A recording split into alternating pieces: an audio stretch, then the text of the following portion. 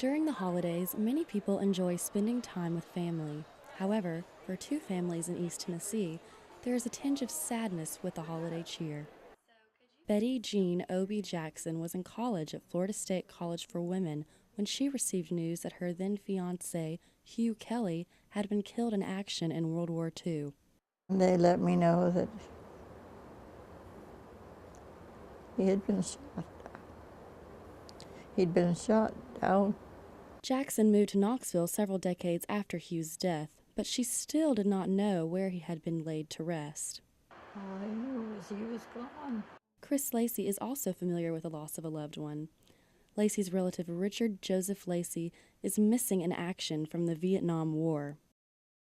It was found by the villagers that he was taken away alive as a prisoner by the North Vietnamese, and they continued to search for him but never found him. Lacey was ambushed by North Vietnamese soldiers while delivering messages to the U.S. military air base in Tanzania.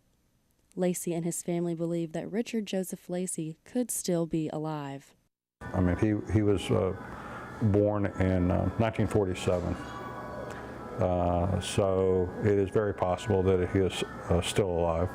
On November 22nd of this year, in the Tennessee Veterans Cemetery, this Gold Star monument was dedicated to families who lost loved ones during their military service. This is just one of the many services provided by the Survivor Outreach Services in Tennessee. Dawn Grindstaff is the Army National Guard Support Coordinator for the Survivor Outreach Services program in East Tennessee. Grindstaff helps families called survivors who lose loved ones during their military service. We let them know that we're there to support them, and not just during the time that they need the support, but long term. The Survivor Outreach Services program hosts numerous events throughout the year to help Gold Star families remember their loved ones and connect with other Gold Star families. For Grindstaff, teaching survivors to be resilient while also remembering their loved one is key to the program.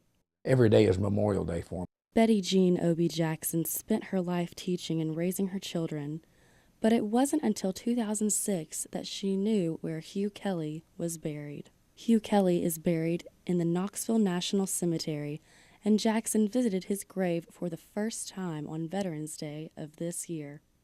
But it was great to find out where he was buried. Chris Lacey is a member of Rolling Thunder, which is a group that promotes the importance of POW MIA issues along with other veterans issues. Rolling Thunder began a demonstration in the 80s, 30 years ago this May. Memorial will be our 30th anniversary of our demonstration ride on Washington, D.C. Lacey devotes much of his time making sure soldiers who are prisoners of war and missing in action are remembered. Although Jackson misses her fiancé, she is thankful he is at peace. But it's spend the rest of your life crying. For UT Today, this is Meredith Maroney.